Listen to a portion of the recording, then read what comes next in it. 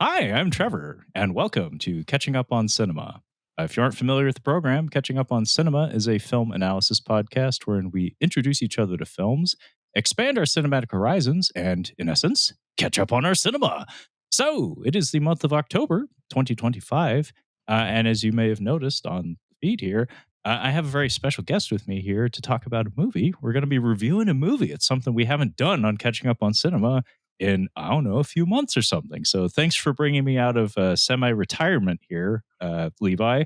But before we get rolling, I may as well introduce you properly. You've been on the show once before to talk bone To sickness. talk about bone sickness. Yeah, Brian Paulins and Rich George's Judge. Rich George, Brian Paulin and Rich George's bone sickness. But Levi, we're buddies outside of YouTube. We're peers of sorts when it comes to editing for the YouTubes and stuff. Introduce yourself to our listeners and handful of viewers here. Who are you? What are you doing here? Why are you here? What are you doing here? Yeah, what is it you say you do? Hi, catching up on Cinema Land. I'm Levi Reed. I run a channel called Your Captain Speaking. I talk about books mostly, but we're not talking about a book today. We're kind of only sort of talking about a book today.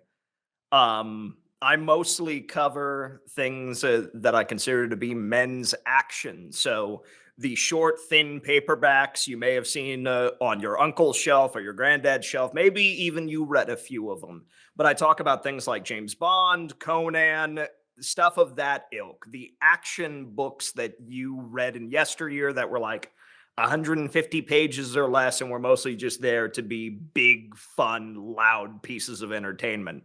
So we have something similar to that today. The movie we're talking about today was my recommendation. It is based on a book, but I think the film version deserves way more credit than it has been given. We are talking about 1972's The Wrath of God, directed by Ralph Nelson. Yes, apparently not the only Wrath of God to have dropped in the year 1972. There's the Werner Herzog or Klaus Yeah. Kinski headlined film of a similar title, very similar title. Yeah. So Aguirre, I'm not sure the pronunciation. Yeah, it's something. Aguirre. Aguirre. There are many ways. There are many roads, but so that came out also in 1972. And what makes it even harder to find this movie is Israel's response to the Munich Olympics massacre, also in 1972, is called Operation Wrath of God. Oh my god! So, Wow.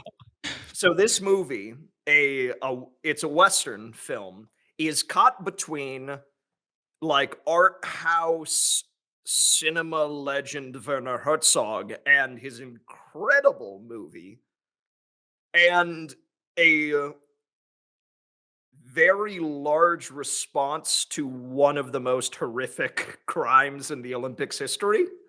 So it's like we're caught between these two things. So if you look up Wrath of God 1972, you're getting either of those. But between that is this movie, this Western, also made in 1972, that is really freaking good and will forever. And my hope is over the course of the next hour or so we talk about it, that you'll maybe be able to go and check out because it's well worth your time. Yeah, no, this is a excellent example of what I guess you'd call like men on a mission cinema, kind of in the vein of like say a Dirty Dozen or something along those lines, or any number of Absolutely. exploitation films that were coming out around the same time. Although this is an actual high grade production with some heavy hitting stars, some decent production values on top of that. It's a somewhat like quaint film as compared to like some of other like action spectacles or epics that may have been coming out around the same time, but it's very character focused, and what it sets out to accomplish and the tone that it sets, I think is very, very effective. This is a little bit of a hidden gem, and I emphasis on hidden because Levi Yeah. had to provide me the means of viewing this film. This is not something I've encountered in quite a while when it comes to like trying to watch a movie. Would do you have any background on as to why that is the case?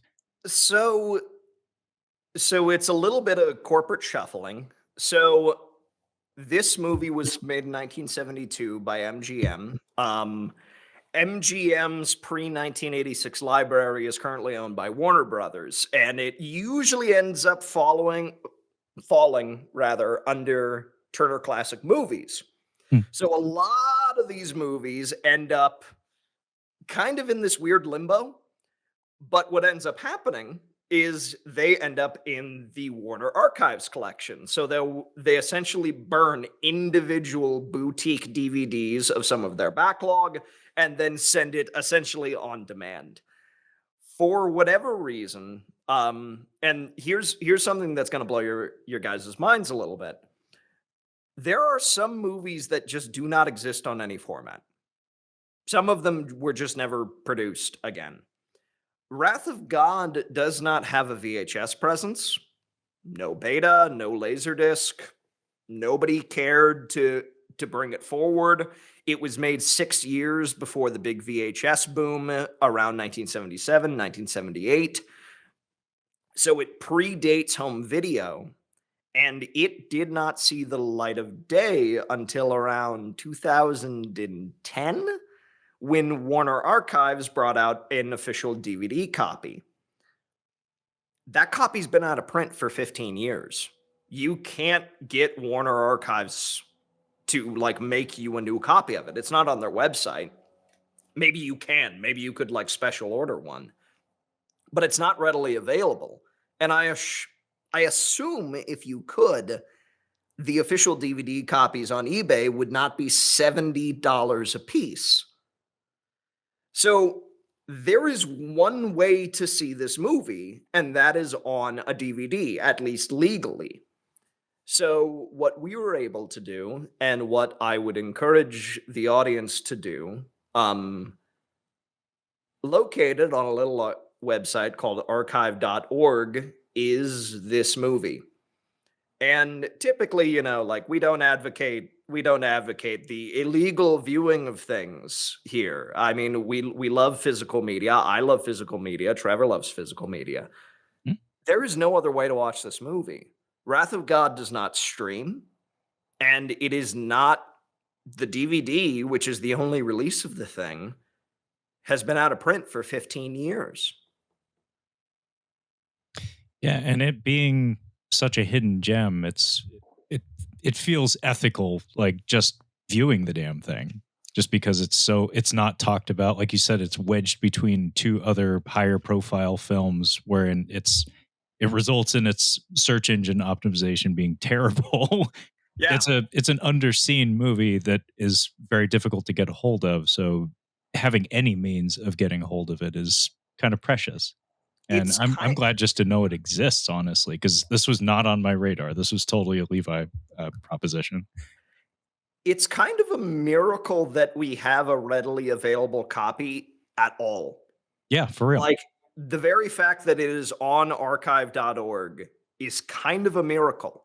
I've Like, never watched a movie through archive.org. I've certainly looked things up on that website, but I've never watched an entire feature length film on that site. I actually do quite a bit of it Oh because the yeah? thing is that sometimes there's just stuff that doesn't get released. Like whenever I'm trying to find something a little on the weirder side, I typically check archive and sometimes it's there. Like Hammer has recently been bringing out some of their features slowly but surely on these nice big 4K box sets. But it's like some of their lesser stuff, it's going to take a little bit. So, do you want to watch Hammer's Phantom of the Opera? It's on archive. Do you want to watch The Drums of Fu Manchu? It's on archive.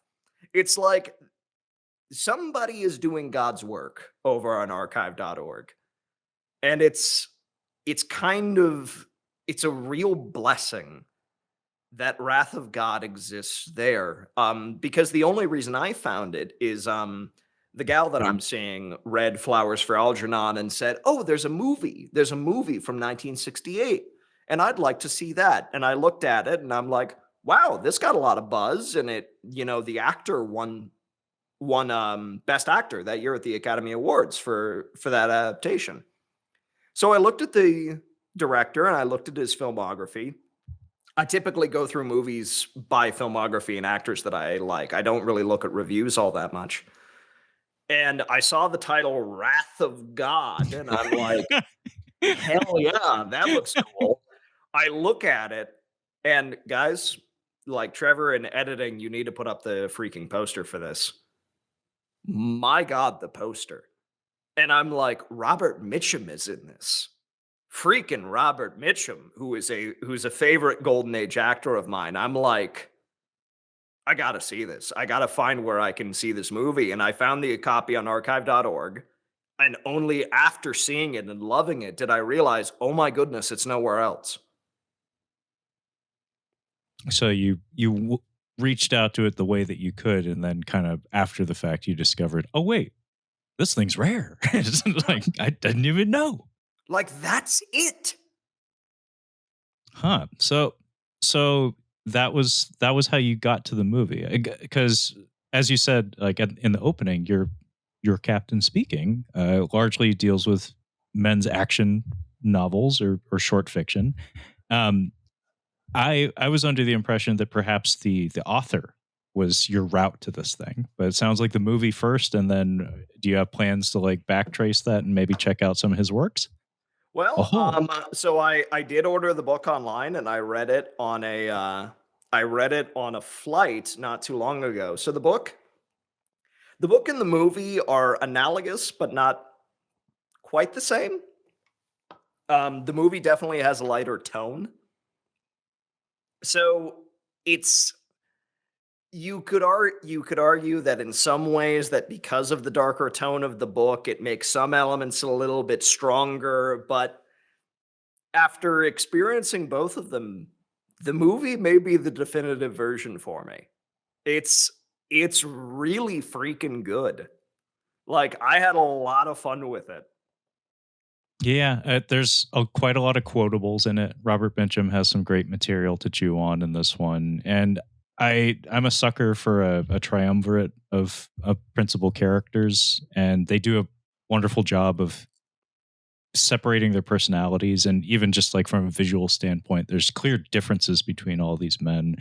And like I said, it has that men on a mission quality to it that it's a formula that just always works, especially when you have characters this strong and a living, breathing world for them to navigate. On top of that, like that's one of the things that really struck me is like the whole time I was watching this, I couldn't help but think of the Wild Bunch, Yeah. because they share a setting and like a not only geographically but also in time as well. I have to assume that they take place in very similar time frames during the Mexican Yeah. Revolution. Yeah, thereabouts. It's kind of weird because I suppose we should probably talk about the plot of the movie. By all means, man, give us a So rundown. so your basic synopsis is we have three guys who have violent pasts. We have Emmett Kogue, who is a former IRA soldier and assassin known for political assassinations. We have Jennings, who in the book is Hungarian, but in the movie he is British, and he was a British Army officer. And then we have the big gun, which is Robert Mitchum's character, Father Van Horn, who is a traveling priest who is carrying a Tommy gun and $50,000 in his bag. So all three of them end up in this kind of crazy situation where they get caught running guns, they get thrown into prison, but then before they're executed, the colonel in charge of everything says, "Actually, I think we may have use for you." There's a guy who is essentially holding this town ransom. His men are fiercely loyal. The people in town are absolutely terrified. I need you to first go in undercover to gain his loyalty and then I need you to kill him. Oh, and by the way, he's Dracula. Beat me to it, you fucker. Yeah, Frank Langella, who did have a run as Dracula in a feature film, is our chief antagonist in this film, and Yeah. holy shit, he is bringing the Dracula energy. That man is acting his damn face off. Holy He's shit, he is. I what so here's the thing. Based on this premise, this could be like and here's the thing. You'll see this poster. First of all, the poster is freaking amazing. I'm not sure like Trevor, did you see the poster for this film? Oh, absolutely. It's Like definitely going into the video, and it's going to be on the thumbnail for sure. I I I bought a poster. I'm like, I need this for my freaking wall. It's Um, amazing.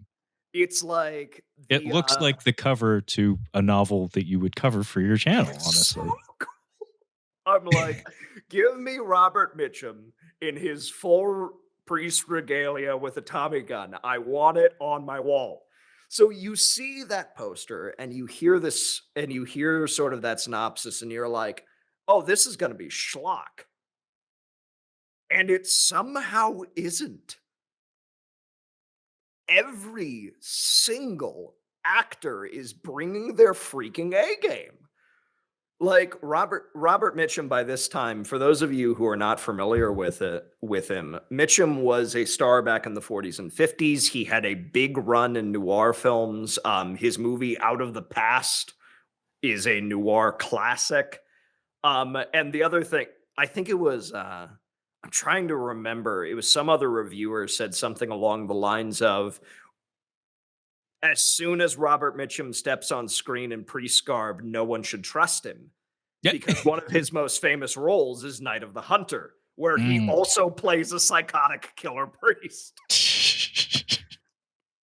That's So kind of it's amazing. like, yeah, it's kind of this weird synergy. So these two roles are about like 20 odd years apart, but even by the 70s, it was a legendary role. Night of the Hunter's a great thriller. And Mitchum has this tough guy energy that is beyond laid back, but he dedicated everything to these doggone roles. Mitchum was actually supposed to be the first lead. It was when David Peoples was writing Blade Runner, he saw Mitchum as Deckard. Really? I was not aware of that. Yeah, because he did all these noir roles and this world weary kind of like aging detective character. He wanted Mitchum, but Mitchum was too old by the time they filmed it. Mhm. So, but even then, he was able to continue on into the 70s playing Philip Marlowe. He also did a great neo noir called Yakuza that's freaking awesome. So it's like, so Mitchum is a favorite of mine. He's a favorite actor. And he gives like a little bit silly, like a little bit devil may care type attitude to this movie, but he still brings his A game. He And really does. yeah, No, he brings a lot of dimension to the performance because, I mean, I'm not super familiar with his filmography in that I haven't consumed a lot of it, but his reputation is extraordinary. I certainly remember my dad talking up Robert Mitchum as being kind of the consummate tough guy actor of any era, honestly. I know my dad was a big fan of his, but personally, I think Cape Fear may be the only other oh film of his yeah, I've seen, and he's terrific in it. Um, if you're not counting Tombstone, where he does a voiceover quite ably at that. oh yeah, Um, but just the tool set that he brings to these kind of roles is it's almost unfair. Where it's like he's a man of decent stature. He has incredible lines to his face, like just the way the light falls on his face, his silhouette is instantly noticeable. But the ease, the confidence that you had pointed out, that seems to be like one of his signatures. Is that it's that particular tough guy energy where it's like he doesn't have to be demonstrative or flamboyant with it. It's just like a confidence where it's like I'm not terribly worried about whatever comes next. I think I'll be all right. yeah. Yeah, it's there's a story that they tell on Out of the Past. His female co-star in that movie, whose name oddly escapes me at the moment, um, tells a story of like Kirk Douglas is like a very intense actor, and Douglas plays opposite of him in Out of the Past. Douglas is the villain in that movie, which is kind of weird for him. That's yeah, So that seems very rare for him. he's awesome at it. But she tells this story of how they were very competitive on set, and Douglas tried to underplay Mitchum, which no one can do. Like she was just like she couldn't like he couldn't underplay them. They ended the scene literally on the floor. They were trying to underplay each other and look more and more relaxed. And it's like she's like Bob carried himself in a way that made acting look effortless. He was Mhm. once quoted as saying the best actor on screen ever was Rin Tin Tin. No, I It's mean, like it's just everything something is you do. wrestling. Yeah. Yeah, everything is wrestling, Levi. That's called, what, sandbagging? Right? Where basically if somebody goes to pick someone up for a drop of some sort, and it's like, "Nah, I'm giving you dead weight, buddy. I ain't jumping for nobody. That doesn't work for me, brother." It's That's Robert Mitchum. "That doesn't work for me, brother." the guy was just an absolute legend. And even Mhm, as he got older, again, into the freaking 70s, like long after a lot of those golden age actors were either A dead or B like not really getting a lot of work, Mitchum still was giving his all and seeing success on film. Like a brief little bit because Mitchum is one part of this. yeah, The director Ralph Nelson directed everybody. mhm, Um, not only Kirk Douglas, but Jackie Gleason as well. He directed Sidney Poitier in Lilies of the Field, which Poitier got a Academy Award for, which mhm, launched his career. It's like Nelson was a journeyman director mhm. who never quite took the spotlight, never got a lot of credit for what he did, but what he did was give a damn good sandbox for his actors to do very good work. You could kinda tell that in the construction of this one, where it's like you can tell that there's some latitude being given to some of the performances and interpretations here, but it's all beneficial to the production because, like Levi has said multiple times at this point, there's not a weak link in this cast. Like, everybody is showing the fuck up for this, and the movie is all the more rich because of it.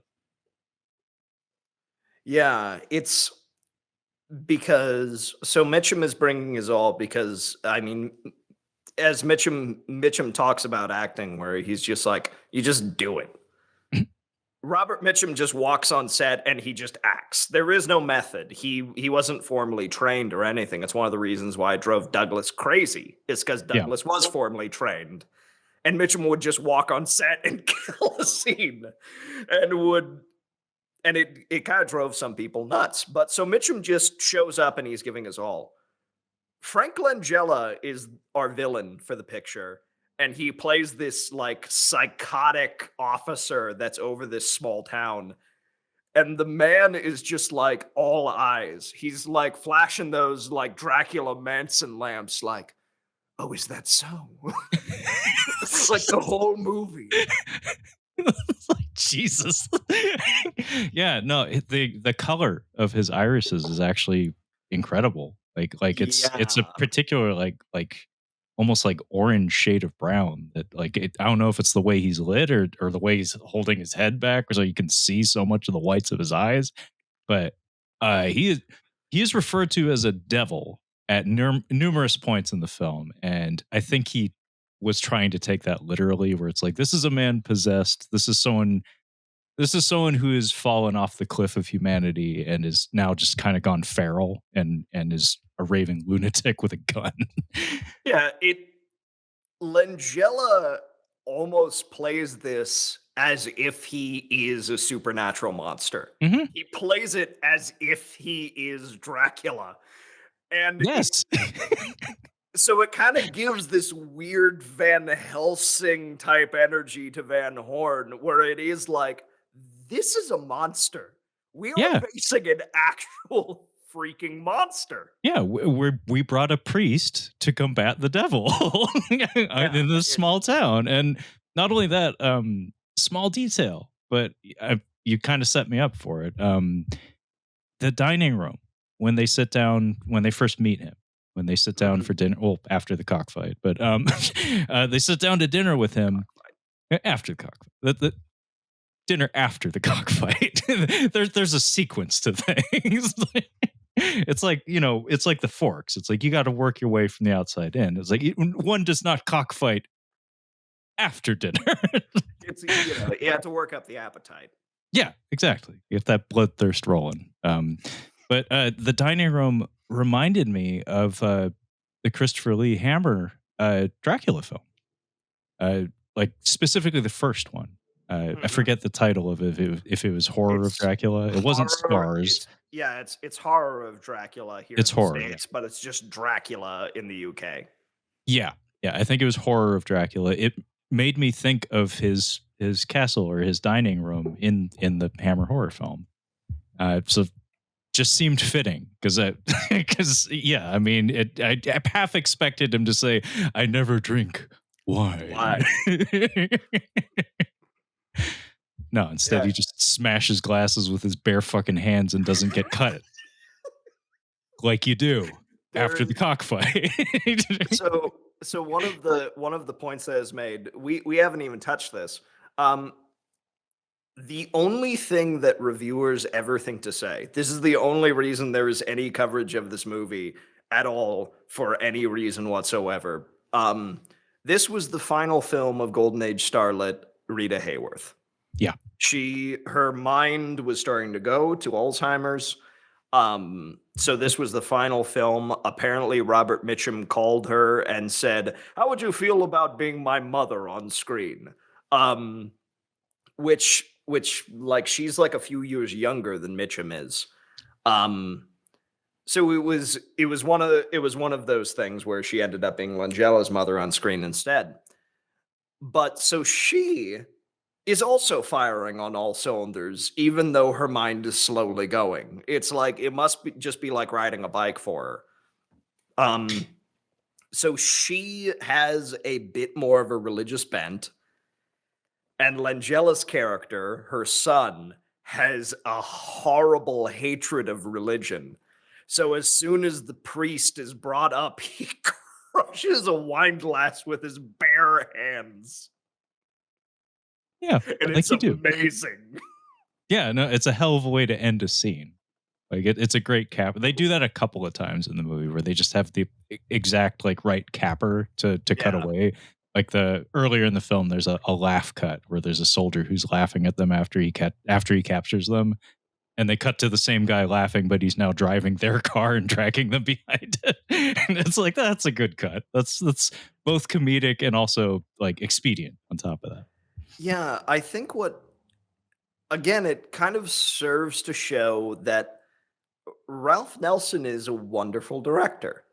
I think so. He really did good stuff. He did a couple of episodes of The Twilight Zone as well. He also directed not only the teleplay but also the film version of Requiem for a Heavyweight. So Yes. him and Rod Serling worked fairly closely together. It's Nelson was a very capable director, and it shows it shows in this movie where the way he cuts and the way he utilizes tension and everything is so razor sharp. Like it really doesn't feel like anything lingers or overstays its welcome. Yeah, I'd almost dare say it feels a little past its time, like ahead of its time in some respects. Because like the stereotype, and it's a false one, honestly, is that older films of early '70s vintage were cut differently, flowed differently, not as snappy as say like a MTV era editing style, Yeah. like a I don't know, a Tony Scott movie, for instance. It's not quite of that kind of pace or that kind of aggressive style of cutting, but this is a very tight film.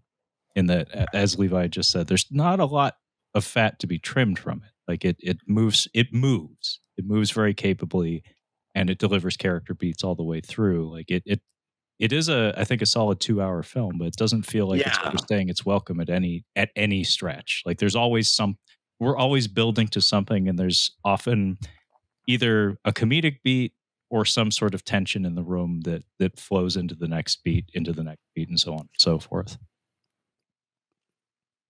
Every piece of it feels necessary. Yeah. Like there's never a moment where you're like, "Ah, you could have cut that."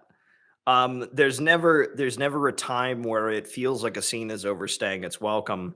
And it's like every line feels important. Nothing feels flippant. It's because I think especially because you have powerhouse actors like old school actors like Mitchum and Hayworth are really giving their all to the material. Even the gentleman who plays the colonel that captures them, I think it's John Colicos, the actor who plays Cynthia. yeah, he is Baltar on Battlestar Galactica, which is what I recognize him from. He was the villain of Battlestar Galactica for a while. Um, he again, every line is important. Every single thing he says feels in character, Mhm. but is also very utilitarian, which is remarkable. Like it's the kind of movie you really don't get anymore, where it feels like you have either utilitarian lines or character lines. Where this is the kind of script and the kind of directing that utilizes both, and it's just not something we see anymore. Yeah, it's extremely admirable because, as you said, the combination of those two things is what everyone I would imagine is striving for, unless they're going for like a mumblecore kind of thing where its haphazard nature is its charm. But in this case, it's like no, wait, this is just very very structured, but also organic. I love that beat where he insists Robert Mitchum say grace. He's like, say the grace. He says it twice, and the second time he's very kind of like he comes across as like jovial and Yeah, very flippant in their presence. Like it's basically a show of power and confidence where he knows their past, he knows they're all dangerous men. He doesn't give a fuck. Like they're in his thrall, like they're in his domain. Their lives are in his hands. And it's just a show of force, of power, where it's just like he drops his tone, just that one line. The rest of the time, he's always giggling almost like he's kind of yeah, he's just kind of like a giggly little schoolgirl, but like in that one line, it's like, oh, that's the reminder yeah, that at any point I could have someone slit your throat, and it wouldn't matter to me really. yeah. Well, and that's sort of the dance that all these characters play, because Yes, even with because because he's the one that saves them from the firing squad and sends them on this mission. But it's like everyone kind of has this flippant. It's almost like Mitchum pervades the movie into all of our friendly characters. Like yeah, Langella is his own being, and Langella does what Langella wants. yeah. He But all warps reality around himself. but all of our friendly characters all kind of have this sort of like, yeah, we're just having fun. We're just enjoying ourselves until it's just like, what the fuck did you just say to me? until it Until it's time until to it get like hard. turns. Because um I have the poster on my wall so I can look at his name. Victor Buono. Victor Yeah, Buono, who plays Jennings. Jennings. Um, again, has this kind of like he's always smiling, and he's kind of like he kind of has this jovial energy. Like after they're brought forward to the firing squad and they shoot the walls and they take their blindfolds off, and he says, I've resurrected. It's the second coming, and I didn't even have to wait 3 days. Like he always kind of has a line. He always kind of has a funny way to put something, and he's kind of like, the jovial fat man. But when things get serious, like when Emmett kind of threatens him a little bit, he immediately drops it and just tackles him, and he like throws him against the wall. And it's like, oh, this is like, because he's a sizable guy. Like he's probably coming in at maybe like 250, and he's not too terribly tall. He's probably maybe 5'9", 5'10". So it shows on him, but it's like he moves quick, and it's clear that there's like a real strength to his movement, and like all the comedy drops from him. And Emmett's kind of the same way. Like he's all kind of laughs and kind of like, oh, like we're just kind of doing what we do until things get serious and they turn. And all of a sudden, it's just the comedy drops from him. Yeah, I think you've hit the nail on the head of probably what we're going to be circling back to quite a lot over the course of this discussion. But before I get to that, I just wanted to talk about that moment because that was a good character beat because it is the first time that we see like, oh, Jennings does have a serious side and he is a dangerous guy. Not only that, he's the biggest guy in the room and he'll let you know if you push him. Because yeah, he handles Emmett, and Emmett, we've seen him get physical with people. He actually is the guy who gets physical with people most often in this film, Yeah. and he's pretty capable. Like he's scrappy, he's Oh, wiry, yeah. to quote the Welshman from the Replacements. Um, but Jennings is just—he's a bear of a man, and he handles him. And then not only that, he escalates things because he pulls out his cane sword. And it's like, oh, if Robert Mitchum wasn't in the room, if Van Horn wasn't in the room, this would have gone very badly for you, Emmett. And Yeah. also, it's worth noting that Emmett was the one who was pushing the aggression. Like when they were in prison together, he was the one that was trying to come after Jennings, and he wouldn't let it go, and so he came after him again, and then look what he got out of it. Yeah. Because the start of this whole deal, because essentially it's established that everyone in this situation is kind of a bastard.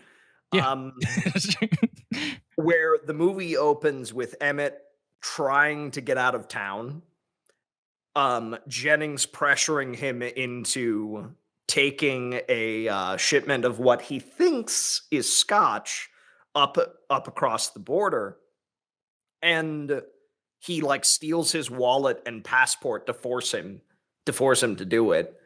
And it's treated as kind of jovial, like like you can't leave now, like it's treated as almost a joke. But then when Emmett saves this native girl from being raped by these police officers, through these guys who work for the government, and Van Horn kills them as well. And so the two of them end up getting arrested, and it turns out Jennings was running guns and not booze. So Emmett has every reason to be angry with Jennings. But yeah, when he comes at him in this room, because it's the first real chance he has to really truly get at him, yeah, Jennings handles him.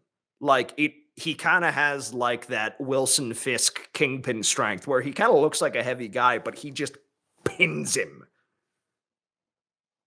Yeah, no, it's like when Robin Williams puts his hand on Matt Damon's throat in Goodwill Hunting. He's like, "Oh, that little fuzzy guy is real strong. I just didn't know that," and real tough on top of that. But back to that aforementioned nail that we have been tapping at, but now's the time to hammer it. There's an air of inevitability that hovers over our triumvirate of heroes, loose air quotes there, heroes. That feels like it permeates the entire film in a lot of respects, and I think a lot of it comes like the trigger point, like the catalyst for a lot of the story comes down to them being placed in front of that firing squad and not being shot.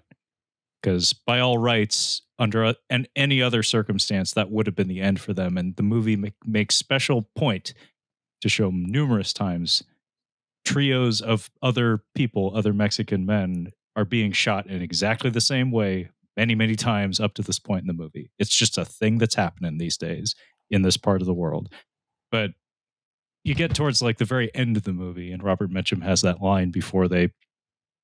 Again, I can't help but think of the Wild Bunch. Like we want Angel is the line that precedes the big climactic finale of that one, the big bloodbath at the end of that one. We want Angel. We have a code. We want our buddy back. Doesn't matter what Yeah. comes after that. We want our buddy back. Robert Mitchum has that line before they do kind of a similar thing where they storm the castle. He says, "We three once faced a firing squad together. Anything after that is just borrowed time." And they all have a laugh and a drink. And that feels like very much kind of story of these three guys is that Emmett, the first thing we see him fucking doing is trying to leave, is trying to Yeah. leave this place, hop on a train, doesn't matter what direction, just get out of here. And then he gets that snatched away from him. And Jennings just kind of has that air about him where he just doesn't give a fuck.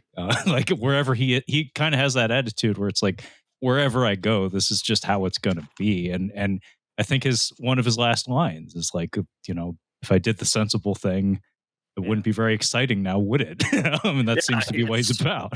yeah, the line is, "If all my life I'd played it safe, think of all the fun I would have missed." Yeah, that's his attitude about it. That seems to be his life philosophy. It's just, it's all in fun. People die every once in a while, but everybody dies. And then Robert Mitchum's character, it's heavily implied that that money he's carrying in his bag is probably stolen of some sort. He's Yeah. on the run in some respect. So these are all men who are running away from fate, or at least trying to. In the case of Jennings, he just seems to have embraced it. It's worth noting he's the only character who breaks the fourth wall and gets an inner monologue at points in the movie. Yeah, yeah, He's like, almost like the Deadpool of this movie.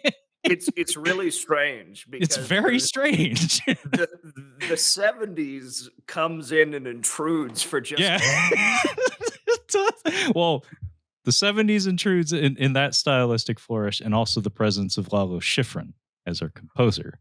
Oh, yes. I don't know how many Oh, times in my notes, Levi, yes. I wrote Lalo's cooking. Over and over and over again in my notes. It just says Lalo's cooking. I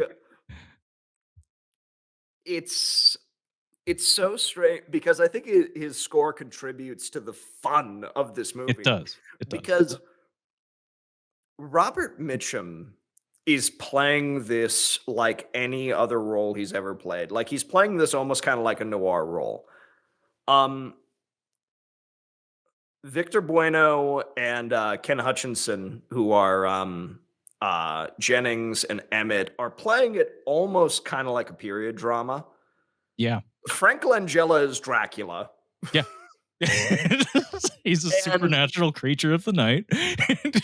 or at the very least, he almost he reminds me of the villain from Few Dollars More, where he's Mm. like where he kind of has this kind of like monstrous energy where it's all supplied by the past and it's like this is a broken man. This is a man that doesn't exist anymore. Like at any moment I expected him to bring out the music box pocket watch and just let it play. Where if this had an Ennio Morricone score, it would feel a bit more like a Dollars movie. But the thing is that all of the various performance styles I feel like would be like, huh, this is kind of strange.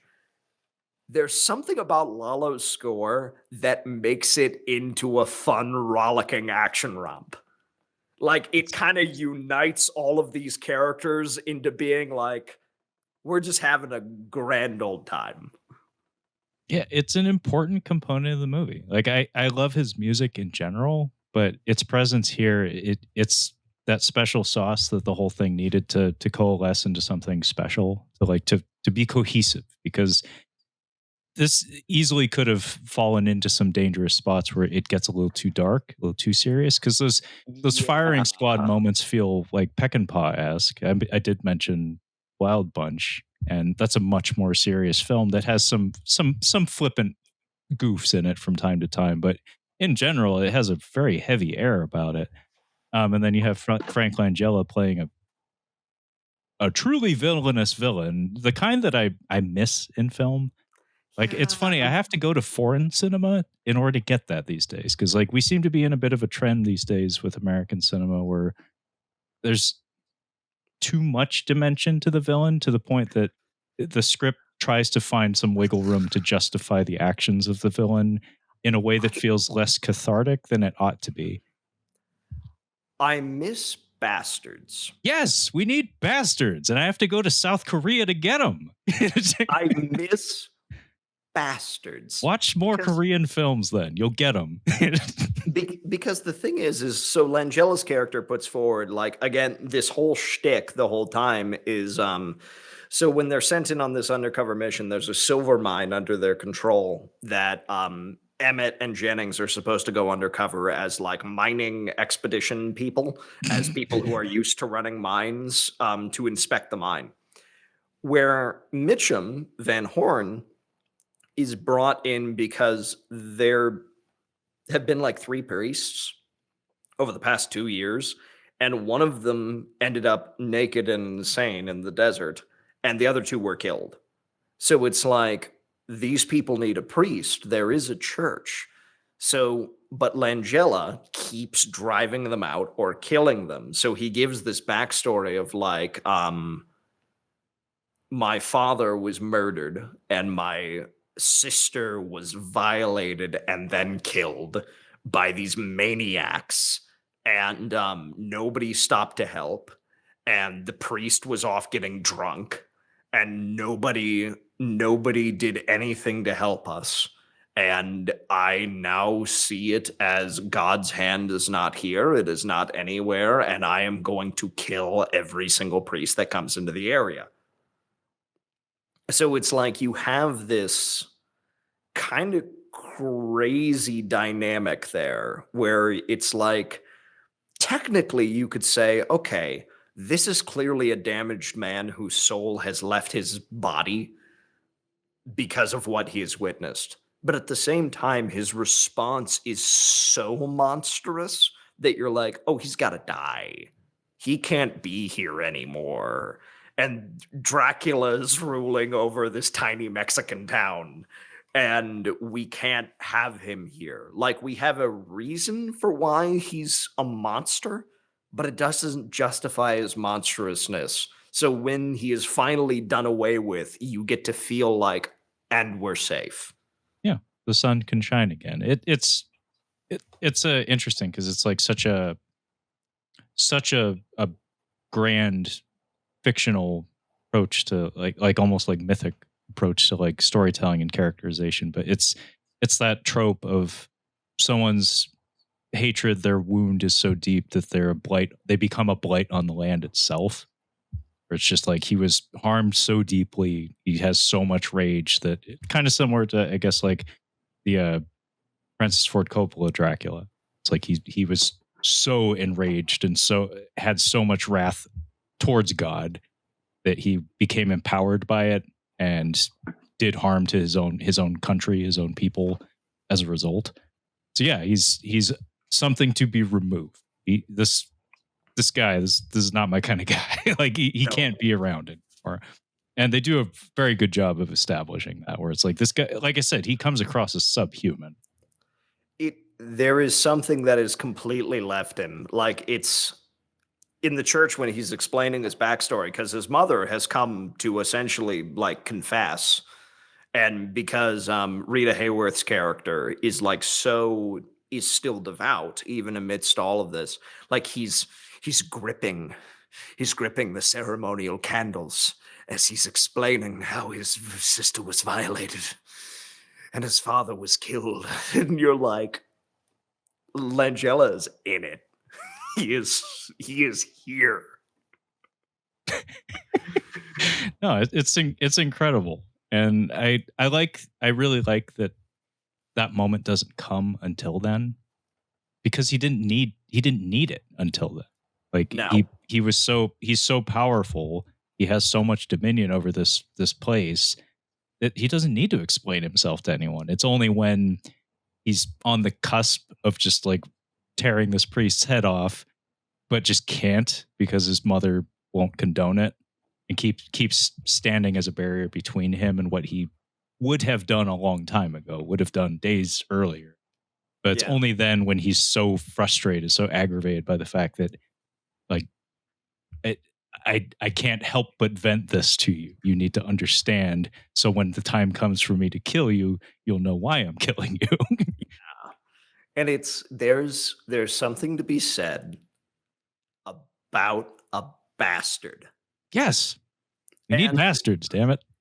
well, and what helps so much is that we have a team of bastards because Van Horn does not start out as a good man, and No, neither does Emmett, and neither does Jennings. None of these people, and arguably the Colonel who puts them in.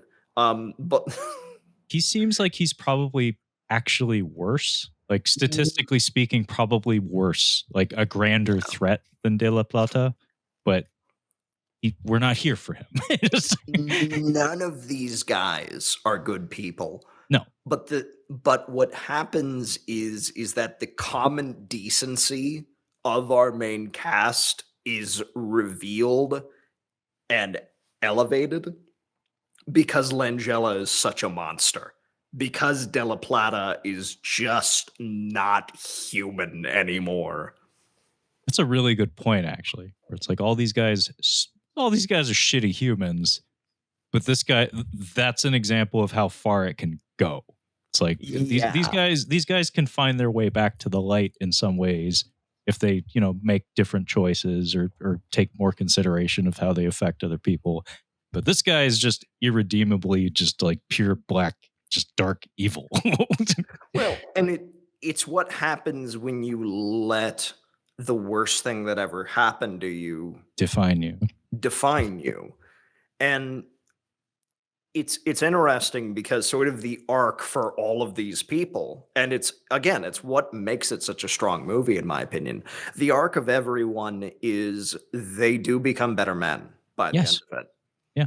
That Mitchum, it's revealed way like pretty much as he is suiting up, effectively going to what he believes to be his death, his last stand. He says, I tried to be a priest. I was ordained. I was right there. And there was all of this injustice happening. And they excommunicated me because I tried to stop them. And now I'm effectively a criminal. But I'm ready. I'm ready to show the light of God again. I'm ready to do this. It's like Emmett. So this is something that's covered in the book. It's not covered in the movie. It's like in the book, one of Emmett's political assassinations turns out like when the big split happened in Ireland, his brother ended up on the opposite side. No, the And troubles. yeah, and his brother was in one of the cars that a major general was in that he blew up. So it's like Emmett is trying to recover from this pretty horrific thing where he has not been a good man at all and he is largely out for himself to a point where whom we haven't even mentioned yet, the girl that he saves ends up being this major player and ends up being this love interest for him, and eventually his wife. That he discovers something else. He discovers something else to live for beyond just himself. And for Jennings, as somebody who is used to just moving people, who is used to just like essentially getting everyone else to do his dirty work, he takes things head on. And he ends up being a bit of the man of the hour by buying everyone else time. It's what works so well about the movie is even though it is just kind of a whiz bang action flick in many ways, but it has a real honest to God story backed up by real honest to God actors that are putting in real character work. Yeah, that is the difference maker here because when it comes to the say like the action component of the movie, I wouldn't say it's perfunctory by any means, but it's you can find these beats in other movies done about as well by capable stunt teams and all that. You've seen better squib use in say like a Peck and Paw movie or something of the same vintage. Um, but it's the same thing that I've talked about like on this podcast many times about like fight scenes in films is or wrestling because everything is wrestling if you break it down. um, the difference is the emotional content, is your emotional anchor to the participants in said action. You give a shit about these guys, and that's a huge difference maker. Is not so much like the quality of the stunt work or the setup to the scenes and stuff. It's more just the fact that there's a reason why the action is happening, and we're emotionally invested in all the people participating in it. And you wouldn't have that if you didn't have the capable actors that we have here or the writing that we have available to us here. Yeah, it's the type of action movie, and it's something that is it feels so rare in good it feels so rare to have an action movie that you're like, "Oh, this is also a character piece. This is also something very real and very much a character piece where we are learning something about all three of these guys, even if it is kind of simple, even if it isn't some big grand thing, we know a little bit about everybody." And even Paula Pritchett plays, whom apparently did not go on to do like anything else. She's Hmm. she's gorgeous. I mean, she's a beautiful woman. She has these piercing eyes. Roger Roger Ebert's review of the movie, in reply to seeing her, he writes, "Yum." Things you couldn't write in 2025. Wow. Thanks, Roger. Yeah, thanks, You're Raj. classy. You're classy. It's 1972. You could say these sorts of things. I mean, what, Um, Valley of the Dolls or whatever? Wasn't that his yeah, claim to fame? yeah. Beyond the Valley of Beyond the Valley of Dolls. the Dolls. Yeah, That's right. he takes one step beyond. Um, but even so, her character through most of the movie is mute. Yeah. When Emmett first saves her from the police, she is completely mute, and she finally does end up speaking. And the first thing she says is Emmett's name, as he's in the midst of fighting one of the De La Plata's big toughs. Well, defending her honor on that. Yeah, defending her honor. Yeah. The first thing she says in like what 10 years or something crazy is his name.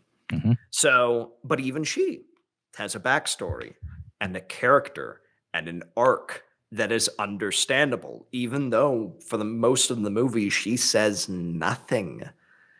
It's it's the kind of it's the kind of simple but effective character work we just don't get anymore. Yeah, that's a really good point that she, in spite of her not having dialogue aside from his name on occasion, I do like that he has to silence her at one point where it's like, that's great that you can talk again. I need you to shut up. Like, I am trying to infiltrate. People have guns. Shut up.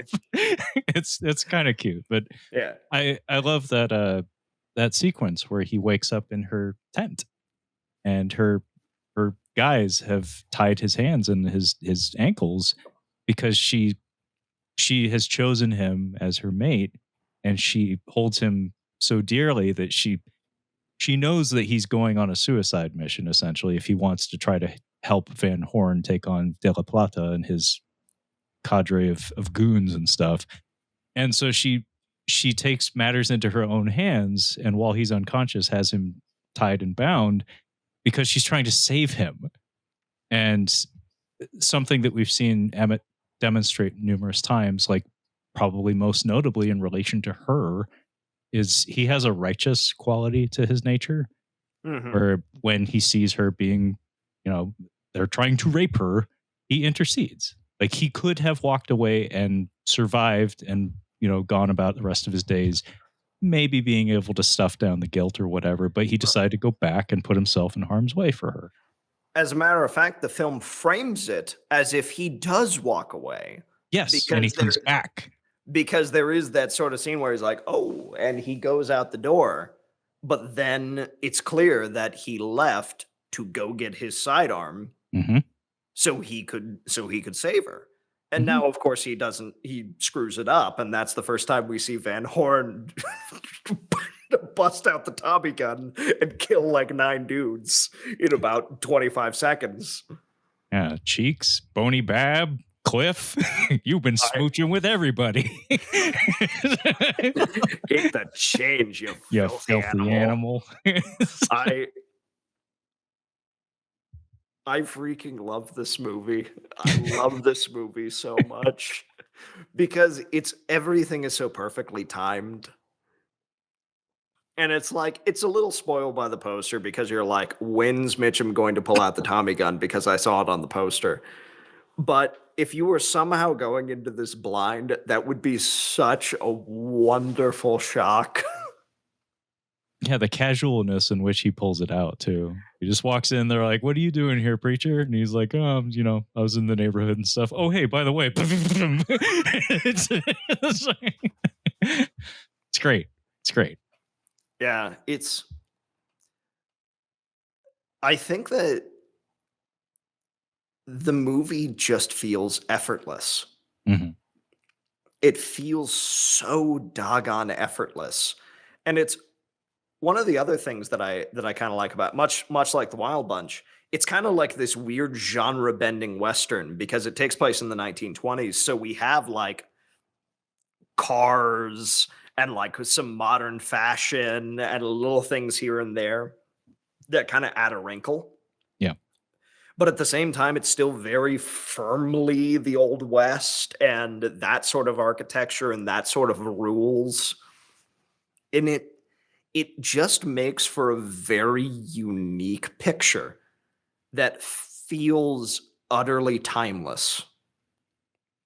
I mean, the setup, the kind of the basic framework of the plot and the setup is timeless. It is a story that you can find probably across almost any culture. It's very archetypal, but it's addictive in how easy it is to slip into it. But it's funny because I the whole time we been talking about this movie, there's two movies that keep coming to mind. First one I already mentioned, and Levi just did, The Wild Bunch, for the time and place, because it has those elements that you'd mentioned that almost feel like anachronisms because so much of the world feels like the old west, but it's like, but wait, there's a car, and oh wait, that guy has a Tommy gun. Like, this isn't the old west, but it is, in that it's a lawless place with lots of dust and presumably tumbleweeds and horses and Yeah. stuff like that. Um, and also the Wild Bunch is very much about that. It's about that crossing of the threshold into a new era where it's like, these are the last cowboys. This is the last gasp of these men's world, and this is the new world coming in, as embodied by this machine gun that kills people quite a lot more efficiently than a 6 shooter, or or a shotgun for that matter. Anyway, the other movie that comes to mind is one that it's tonally completely divorced from this one, but the bones of it there's some similarities, and that's a Sorcerer. Uh, Mm. Yes. No, absolutely. It's not yeah, something that I considered, but no, this is absolutely a little bit of sorcerer. yeah, it's the outlaws who are also kind of like these disparate elements, these misfits that are cast-offs from, they're running away from something. Like you said, we have Emmett, who's from Ireland. What the fuck are you doing in Mexico? And Jennings, who in the book you said was Hungarian. I Yeah. don't know what was going on in Austria-Hungary in 1920, but presumably maybe there was some tumult, I presume. I just assuming, just guessing. But you have these cast-offs from these disparate places all gathered together in this lawless zone that it's a country undergoing very bloody revolution, and somehow they all find themselves collected here. And in Sorcerer, the setup's very similar. So you have a bunch of outlaws from all these different parts of the world gathered together in this one place, and then they are assigned a task, it's like a Yeah. mission, not something they choose really, but something that is kind of thrust upon them. Well, and not only is it thrust upon them, but it's their ticket out. It's their ticket Like, out. In when Emmett's they're case, literal. yeah, in Emmett's case, it's quite literal. He wanted to leave the country at the beginning of the film, where what happens, because for Sorcerer, it's enough money to get on a plane out of here, Yeah. enough money to go home, enough money to get somewhere else. For our cast of Wrath of God, Van Horn was carrying $53,000 in his case. And they essentially say, listen, we'll split it evenly amongst you because as far as we're concerned, this is our property now. But that's enough to get you guys well out of the country and get you guys started somewhere else. And Yeah. yeah, Go ahead. it's there's something interesting about the Suicide Squad esque nature of it being like, all of you are doomed. You're totally doomed. But as long as your life is essentially forfeit, you might as well make something of it.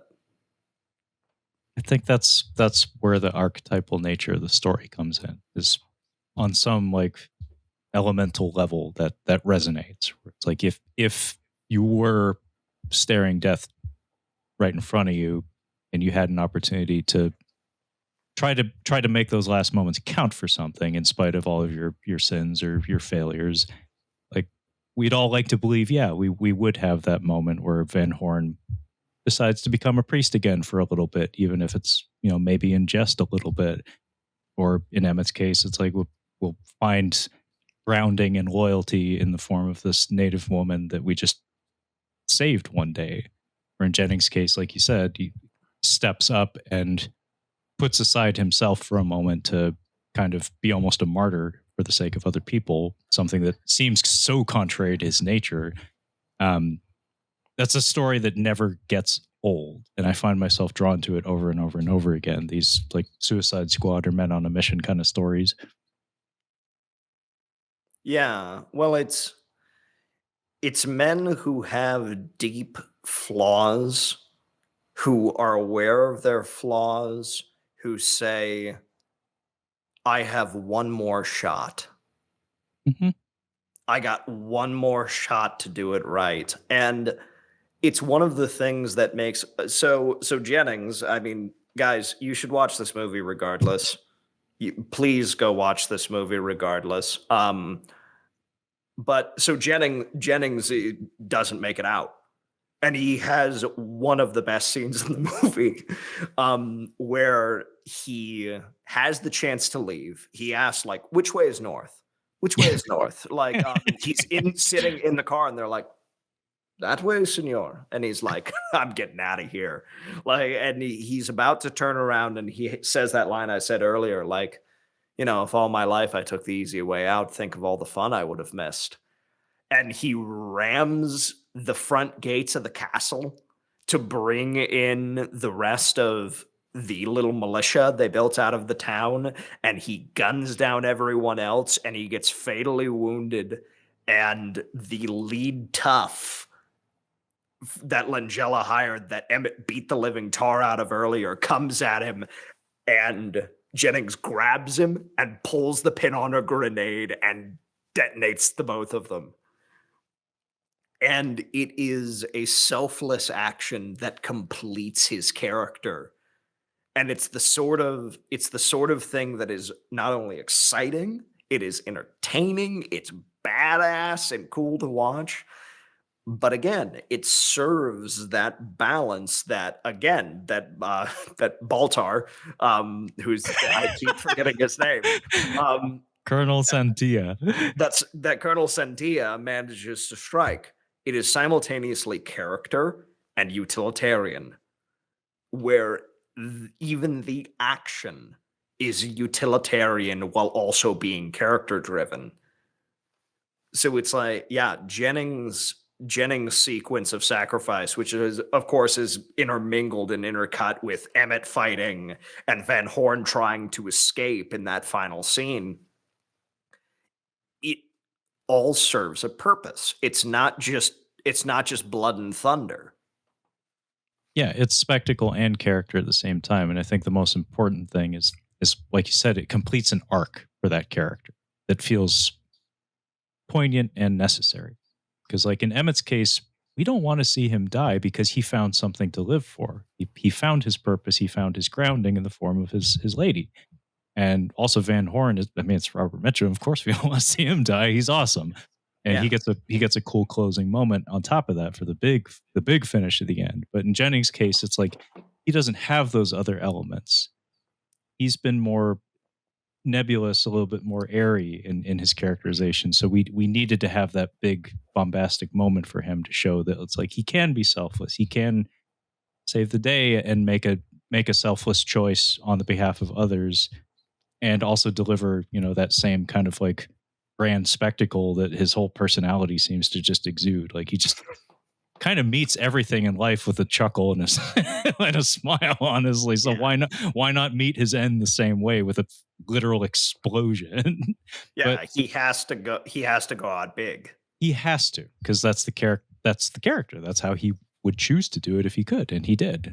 But I think something also really important that we've talked about is the tone, and you placed emphasis on that. Where this is a fun movie, like it is a serious movie, but it's like Lalo Schifrin's score in particular during that literal storming the castle moment that feels straight out of Errol Flynn's Robin Hood or something is bombastic and fun and bouncy, and the instrumentation is delightful. But I think that's so essential to the success of this movie because I forget exactly what movies that you and I had talked about. I think we had messaged each other about something, but you had mentioned in some other movies that things came across as like irritatingly nihilistic, Mhm. like like in an unappealing way, where it's like I get it that that's the message you're trying to convey. I don't want it, and I don't like the taste of it in my mouth. And if you want that, watch Sorcerer. That is, you will get that flavor for sure. But the fact that this one doesn't do that, I think, is a major distinction because a lot of these Suicide Squad, there's a reason they're called Suicide Squad movies, is because you a lot of times you kind of expect that like all of these guys are being set up to die. Like that's where the dramatic weight of their characterization. That's mostly what it will be, honestly. Is the Mhm. people that we didn't find time for, at least they can die in a cool way or an entertaining way or something. Like that's the point of the story, is that all of these guys that we're setting up for you to potentially fall in love with or develop an attachment for or learn from in some way are gonna bite the dust at some point. This one isn't doing that. This one wants you to see the characters live and grow and have story. And that's kind of unique, honestly. You don't get that in these kind of movies very often. Yeah. Well, I mean, it creates something it manages to create something unique. It not only in its tone and its setting and its characters, but it's like all of these things manage to come together to create a legitimate story of redemption for each and every one of their bastards. Because nobody, at least those on the side of light, one of the noted things, we keep harping on how Langella played Dracula and how this character is like Dracula, is literally killed by a falling cross. I know. That's so perfect. It's so beautiful. It's unbelievable. It feels like a Christopher Lee death. Like, it's so good because, Mitchum is, like, wired up and tied to this big stone cross, and he manages to, like, get it off kilter, and it crushes Frank Langella. Um, but it's like all of our characters on the side of light because it's like, yeah, you think about something like the Wild Bunch, you think about, I mean, well, Suicide Squad, both of them, all of them, um, the DC comic book movies. Yeah. So much of these movies are the bastards have to die. Like, they kinda have to. Like, they gotta go. They aren't good people. It's like, and even if they are good people, even if they manage to find a tinge of humanity, they're still bastards through and through. And they're also victims, they're cogs in a machine on top of that. And it's Yeah. often pointed to the machine. Basically, they're slave to the machine. It's just going to grind them up and spit them out. Yeah. Where it's like, yeah, you want something it it's so much I am who I am, but circumstances have made me this way. Mhm. So it allows them to kind of go out. It allows them to kind of go out as glorious monsters. Monsters you understand, where the system is so often the villain. What Wrath of God manages to do is you present three men with ample reasons to be upset, ample reasons to be bastards, and each and every one of them become heroes. They save their own souls in the end. It's like each and every one of them managed to step in outside of themselves and become something grander. It's we get a Han Solo arc for each and every one of them. Yeah. They come back. That is actually a recurring element of the growth of these characters. It's like maybe one of the earlier examples of this trajectory for them all is when the mind collapses. And without really overthinking it so much, like all of them just kind of spring into action and help people. Like they don't pull a George Costanza and push the kids out of the way and run out of the burning apartment or whatever. They actually like put people over their shoulders and try to carry out the survivors and whatnot. Like Robert Mitchum has the most demonstrative example of that, but just organically, all of them kind of demonstrate it's like, in the moment, it's there. It's like maybe given a choice, they don't tap into it all the time, but in the moment, they can be good men. Yeah. Well, I mean, each and every one of them at different points in the movie have an opportunity to walk. Yep. They start to, and then they don't. Um, Emmett is able to walk out on the girl. He could have walked away and could have just let it happen, but he comes back. Mhm. For Van Horn, it's the same thing. When hostages are taken, he straight up says, "I'm out of here. Let's get going. Let's blow this and let's get out of here." But he moves forward, and Jennings does the same thing.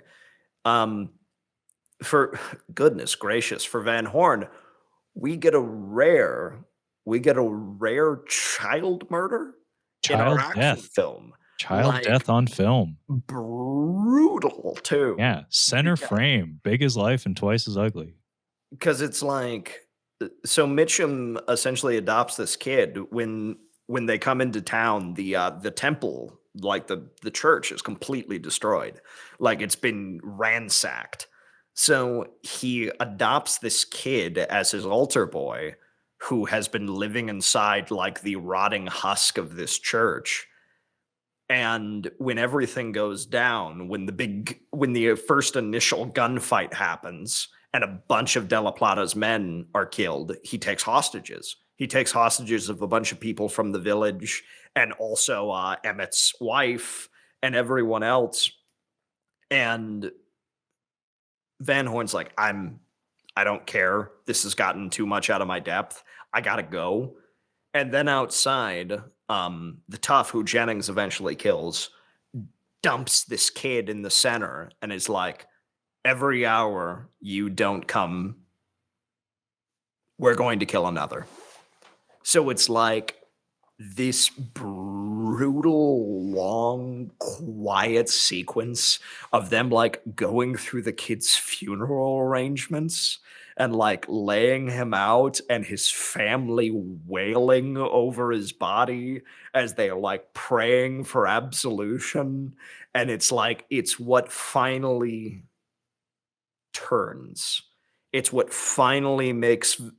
finally like burns out that last little bit of cynicism in Van Horn because we've seen it point by point where it's like he's doing things for the people, where he asks, where he agrees to give confession, where he agrees to baptize people, where all of these things, but he always justifies it by like, oh, this will buy us time. Oh, this will bring the people's loyalty. Oh, this will do this and that. This will This give will us an bring De La advantage. Plata to us when we want to ambush him and stuff. Yeah. He has that to fall back on as a alternative justification. He always gets to give the reason that it's like, no, no, no, no, no, I don't actually care. I'm doing this to my advantage. At that point, that just burns out completely. And he says, I have to do what I have to do. I think it's even more succinct than that. It like actually, I was like, damn, that's a cold ass line. He basically gets up from, I think the kid's name Pablito. I think he gets up from his corpse and he just says like Emmett's like, so what do we do now? And he's like, I'm gonna go kill De La Plata. like just straight up, like no pageantry, no poetry, just like I'm gonna kill that guy. I'm gonna go do that thing that we said we were gonna do. It's great. Yeah. Just the bluntness of it. It works so well. Yeah. Oh, it's great. And something that like I don't know, I haven't had the confidence to talk about it, but the religiosity in the film is something that's very much present, and there's an earnesty in its presentation that is kind of neat. Like there's that whole montage dedicated to it where it's basically they party and then Van Horn says like I'm going to open up the church all night. Like all night long, and we have this multiple minute long montage of him performing services and baptisms and marrying people, and it's been hinted at, it's been teased, but not so much explicitly talked about until just prior to this montage. But the lack of a priest and the lack of spiritual guidance for this community is that blight on this land. Is not just the dominion that De La Plata has over all of them, but these people, there's a need here, like a very strong need that is the absence of it is crippling. Like all of these things that I just mentioned that he is providing to them, they've been denied for however long because this guy's been killing every priest that comes into town. And so they're all lost souls in a way. Like they can't do confession, they can't baptize their children, they can't get married. And this is a foundational element of their lives, and they've been denied it for so very long. So when he offers it to them, it's enormous. Like it provides so much to them, and of course they appreciate him for it. But it's interesting how it's clearly a core element of the movie, but it's not until like we have a couple like one-on-one conversations with just the people from the town, like not De La Plata's mom, not Rita Hayworth and stuff, but just like ordinary citizen. That's like, oh, that's what the lack of a priest here has done to these people, and it's significant. Like, because for me, who is not religious, it's like it didn't, the math equation didn't exactly come together seamlessly. I needed that little bit of an explicit punch in the script to get me, and got there, but I did need that. And that's another example, I guess, of the strength and the utilitarian but also effective nature of the writing. It's like this needs to be here, otherwise the story won't be as good or effective as it could be. Well, and it's one of the things that reinforces so much the difference in these characters. Hmm. And it reinforces why it's so important that Van Horn is there. And it highlights that good versus evil. And it highlights that De La Plata didn't just it's not that he's just a hard man, it's that he's taken the spirit from this place. That children are being born without being baptized. Our marriages aren't holy anymore. Nothing is holy anymore. That at a bare level, they're being denied something. And it helps Mitchum come into his own. It helps him realize that level of humanity.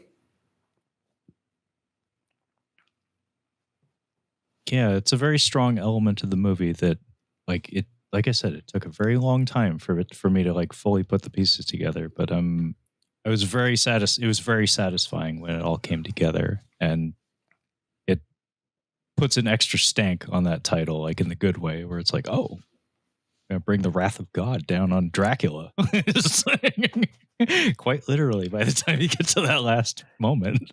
Yeah. Well, and I think that's what makes it so strong is that it it's something higher. Mm, It brings in higher ideas. It brings And this is something that seems so effortless in previous films, like in previous decades, that seems so difficult to do now. And I can't quite put my finger on why. The ability to make something grand and make something higher without it seeming preachy or without it seeming art house. Because, like, Wrath of God is popular entertainment. It's directed like a popular Western. It has big name stars. It has big blood and guts, blood and thunder action scenes. But it's operating on a level that is higher. It has something to say. It has something to say about this land and these characters that simply does not carry in like it this sort of thing would not carry in a modern film, I feel like. And I don't understand why we can't anymore. Because it seems like we are either doomed to be either pure popcorn or art house that's trying to say something. You either get the A24 film where the theme is bashing you over the head, or we get no theme. mm. Yeah, you get Machine Gun Preacher, which is a movie. Uh, but boy, howdy, does Machine Gun Preacher exist. It has Yeah, some lovely elements, but it's ultimately a fairly weak film. yeah. I mean, it's not an offensive movie for the most part, but it is a film that exists. And in this, Yeah. we also have a Machine Gun Preacher, but we have an actual story built around it and actually has punch. But I know what you're talking about, and I don't know what the problem is, or why we can't get there. I think a lot of it is probably just misuse of resources. Like I want to say that productions probably get lost in the weeds a lot of times, where maybe there's too many production notes of some sort, or if you're doing a Scott Adkins or a Gerard Butler movie, presumably there's an expectation that X number of minutes will be devoted to people firing guns at each other, and you can do that. Like there is a clear difference between motivated action and unmotivated action. It's like Mhm. this is 10 minutes of whiz bang action that do I give a fuck about any of those 10 minutes? Like it's cool seeing acrobatics and pyrotechnics, but without the emotional content of it, it gets dull. Like your eyes start to glaze over at some point. Whereas you have something like this where it's like by today's standards, the amount of violence and action beats, like the amount of screen time dedicated to all that is it's I wouldn't call it sparse, but it's comparatively small. But Yeah. the action that we have is harrowing and involving. Where every time Emmett is in danger, like something about that wiry guy that like I care about Emmett. I'm worried about it. I worry about Emmett a lot, and that's a sign of good action design. Whereas like a more modern film, like say Antoine Fuqua's Magnificent Seven, and I can't believe that's the first time we've mentioned any form of Magnificent Seven or Seven Samurai. Yeah. Can't believe it took that long, but Antoine Fuqua's Magnificent Seven from a from an action standpoint, from a stunt standpoint, that is a awesome ass movie. Like every trick in the book, every classic Western trick is in that movie, and done it's done exceedingly well. I don't know how much I cared about what was happening, but uh, that's kind of I guess what I'm imagining for like a more modern example of this kind of movie. Is that the action spectacle's there, but the movie kind of stops dead ever so slightly whenever it has to go into action mode, and as a result, the writing comes across as very, very thin, where it's like it feels like we're just fitting it in as opposed to treating the writing as the foundation for the whole damn thing. Yeah. And it's Dark Corners over on YouTube. Dark Corners Classics Mm. does excellent, wonderful video essays on old horror, Cool. specifically like British horror and that sort of thing. He talks about Horror of Dracula, that first Christopher Lee movie, where he's like, most movies in the modern day, at the most amount of restraint, would give you 15 minutes of a CGI action slugfest, where the Van final Helsing. minutes, the final minutes of Horror of Dracula is 120 seconds of pure adrenaline. Mm.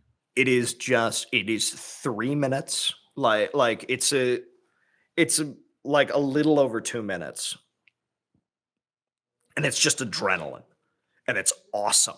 And it's memorable. And you care. And there's push and there's pull. And even like you're just like, Van Helsing has the upper hand. Dracula has the upper hand. And finally, when Peter Cushing runs across the table and jumps at the curtains to reveal the sun, it's like it's such a perfect, wonderful climax. And I think of that the same way, where it's just like, this is adrenaline.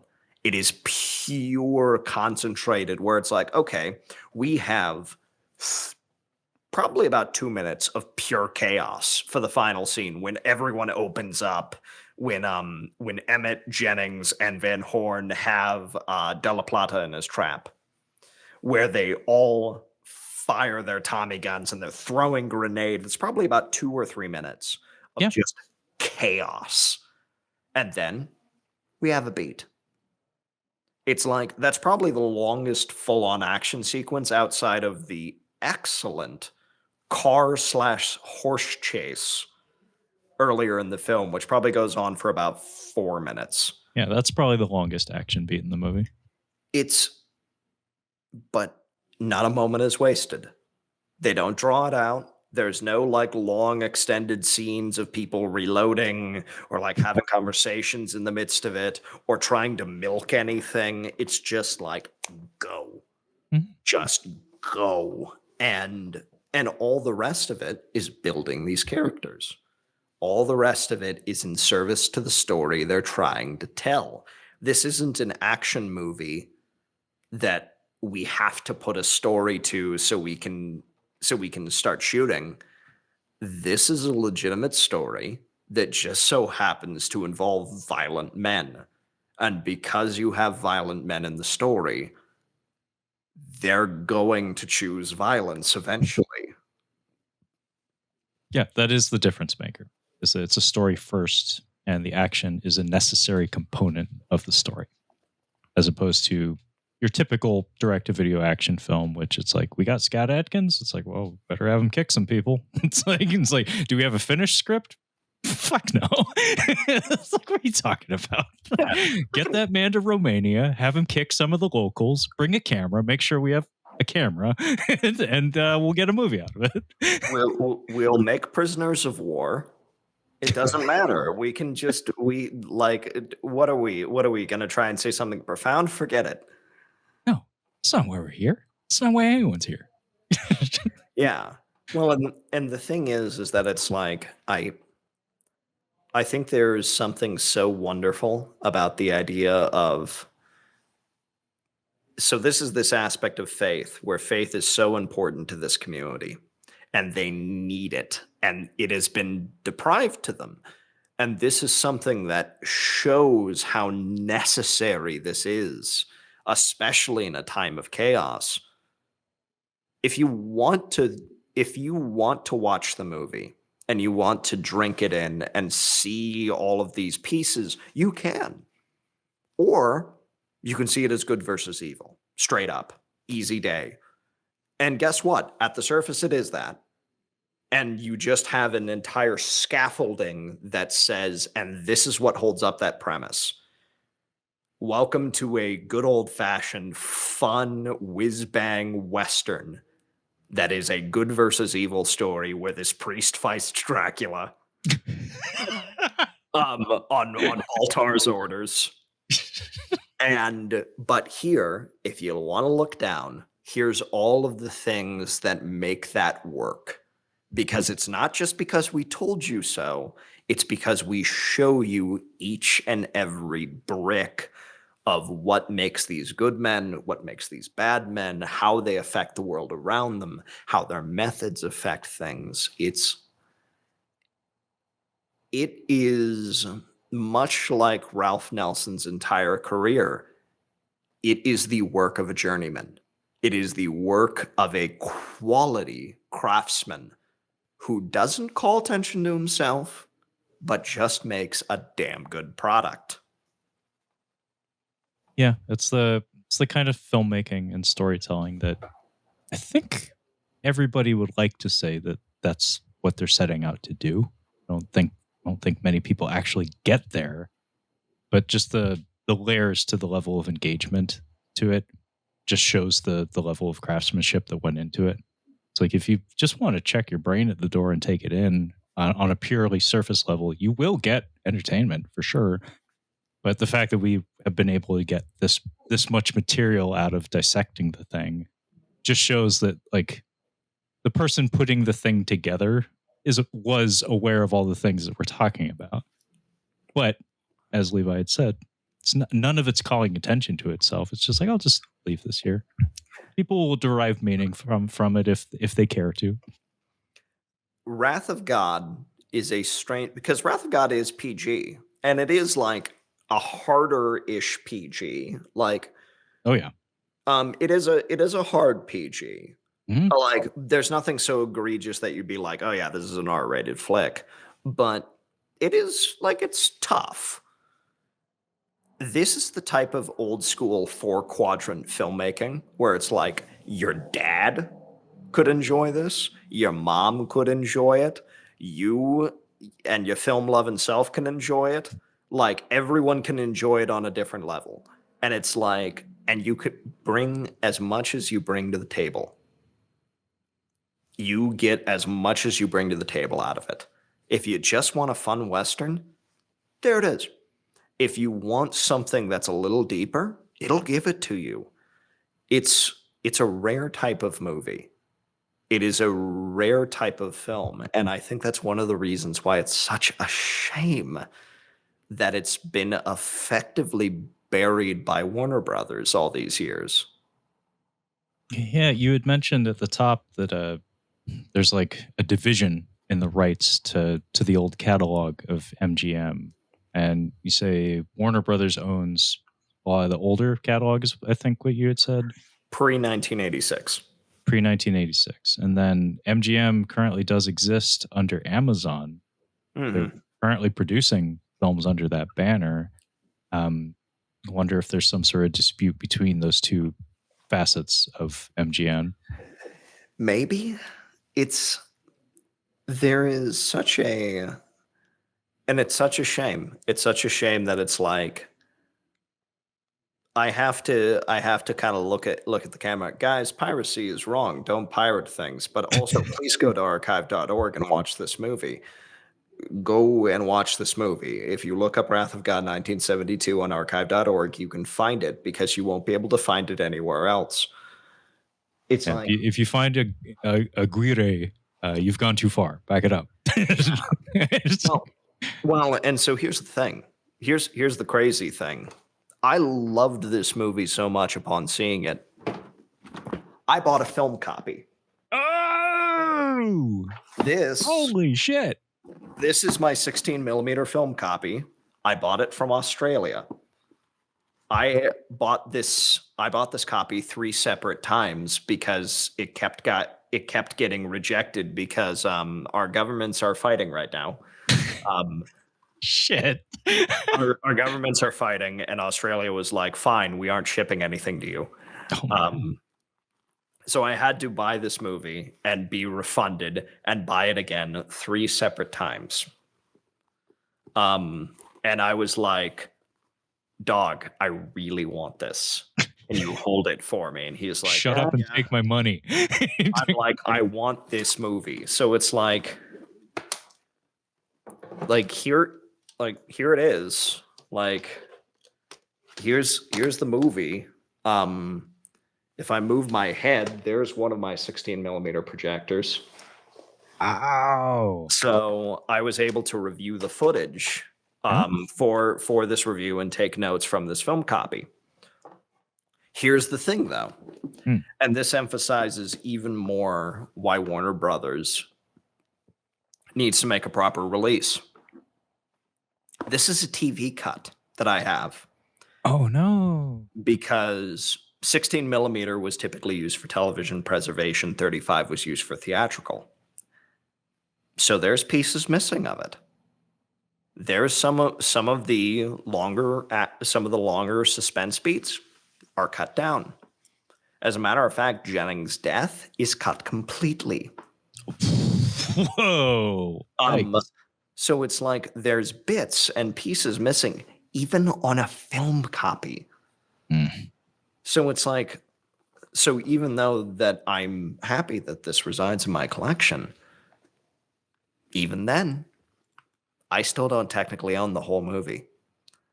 So it's like, if there is the odds of somebody who has some sort of industry connections listening to this is pretty slim. But guys, somebody, if you know anybody, could somebody please yank Warner Brothers chain on this? Because this shouldn't be the only way people can see this. It's like, and archive.org shouldn't be the only way that people can see this. It's like, this is the last film of Rita Hayworth, the last movie of this storied career. She was in freaking Lady of Shanghai. She was one of the number one pinup girls of World War II. It's like she was a legend. And it's also a step for a journeyman auteur director like Ralph Nelson. It is a part of Mitchum's filmography. It is Langella acting his doggone face off. It's just a damn good picture that more people deserve to see. I mean, put that on the box whenever it gets put in a Blu-ray or something. It's just Yeah. I don't know the man personally, but I did have the pleasure of editing some footage he was in. Maybe we need to get Joe Ramone on the line. Oh my goodness. Is it Hats Off Entertainment? Is that his Yeah. channel?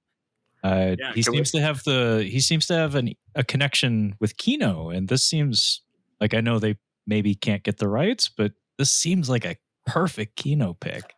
Dude, I mean, here's the thing. I went as far as I'm like, can I like yank some chains here? Like, I'm like, can I contact someone at Vinegar Syndrome? Can I contact somebody at some of these smaller like boutique outlets just to be like, can we get the ball rolling on this? Like, can I get the ball rolling on this? Like, You is this can. Yeah, I would actually advise you to maybe write them, like Vinegar Syndrome, perhaps specifically, because it seems like they like a challenge. This seems to be something they take pride in, and like their quality standards are second to none. So if anybody's going to do it, I could see it being them.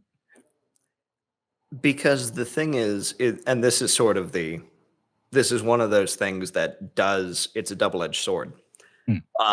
Over on my channel, I want to make like a fully produced video about this movie. I want to talk about this movie. I want to get as many people talking about it as possible. I want to highlight the book as well and get people talking about that. The only misgiving I have is, should such a video do really well, it just alerts Warner Brothers to the fact that it's on archive.org. They take it down and nobody can see it. Oh yeah, that And is a real thing to worry about. that freaks me out because it's like, oh no, like legitimately by my way making people aware of it, I made freaking Dustbin this movie. And no film should ever be in that position. No film should ever be in the position that someone talking about it and someone being passionate about it should put it at a risk of being forever memory hold. That's fucking dark, honestly. Just the idea of art being stamped out and completely obliterated is makes me uneasy. Because let's really think about it. What reason in this day and age, Nelson's gone. Nelson's dead, so is Robert Mitchum. I'm not sure about Frank Langella. I'm not maybe he's still around. I'm I not think he sure. might be around. Rita Hayworth is of course dead. It's like a lot of the main principal cast and crew are no longer with us. What would ever cause Warner Brothers? What would ever give them the kick in the pants to ever do a re-release? Where's the demand? There isn't one. There isn't. There's no groundswell. The fact of the matter is that unless somebody makes noise about it, it's never going to get a re-release. It's never going to come out again because there's no money in it. There's no profitability in it. So unless somebody makes a stink, there's no chance of a re-release. But as long as somebody makes a stink, the only way that people can see more of it is not legal. So we're kind of caught in this strange catch-22 where it's like, ideally, you make a video and you make people aware of it and you make people excited. And they say, why, yes, you know what? Warner Bros. Says, actually, we do want to bring this out of the archive. We want to make this available again to everybody via Warner Archive, or maybe Vinegar Syndrome picks it up and says, we want to produce a brand new Blu-ray of it because there is no 1080 HD rip of this movie. It does not exist. There's only the DVD quality. So it's like, that's the best case scenario, is that somebody picks it up. The worst case is somebody makes everyone aware of it, everyone goes to watch it, it catches Warner Brothers' lazy eye, and they wipe it off the doggone internet. And it's over. And then they have no reason to ever release it again. So I guess that's kind of my mission. I guess that's sort of my one-man mission, is trying to emphasize as much as humanly possible to the powers that be, please, for the love of God, do not let this film slip into obscurity. Do not let it go into darkness. Because Hayworth's inclusion is reason enough. The fact that it's her final film is reason enough to let it live on. But the fact that it's a part of a celebrated filmmaker like Ralph Nelson's career, who quietly created a lot of damn good pictures, and also Mitchum and Frank Langella, and the fact that it's also just a good doggone movie, there's reasons to preserve it, and nobody's taking actions to do so. Well, I would advise you to contact Vinegar Syndrome and perhaps Kino. And I'm sure there's some other, like, I don't think Severin would be interested, but there, some of those boutique labels, they may have some interest in rattling some cages and trying to preserve this thing. Because, like you said, it does have quite a lot of on paper merits to it, like quality of the film aside, which is significant. But just for historical purposes, it does have on paper value to it. Just hasn't been looked at. That's how a lot of art goes, honestly, is just it didn't have the right set of eyes look at it at the right time. And it just was not examined in the way it ought to have been. All it takes is that little spark and awareness for something to grow into what it was meant to be in the first place. Yeah. Truth be told, I haven't looked up how much of how much the rest of his career is available either. Yeah, I mean, he has some certified classics that, of course, like Lilies of the Field and Requiem for a Heavyweight are well preserved. Those are readily available. But he does have a a decently sized filmography, like on top of his television credits that I haven't looked into in terms of like how available his stuff is on physical media. Yeah, and I think it is a real shame. It is a real shame that the only way that anyone can watch this movie is on a bootleg DVD rip on archive.org. That is a terrible thing. It's terrible that even I, who shelled out for a film copy of the doggone thing, can't even see a complete version of it. Yeah. If Warner has the 35 somewhere in their vault, which presumably they do because they scanned it for that classics line, we ought to have a Blu-ray of this. We ought to. Well, if True Lies can get a 4K, a shitty 4K, then Wrath of God can certainly get a I want, quality Blu-ray. I want all of the lines and the crags of Robert Mitchum's face smoothed out by Yes. AI. Yes, we want our Tom Arnold smooth.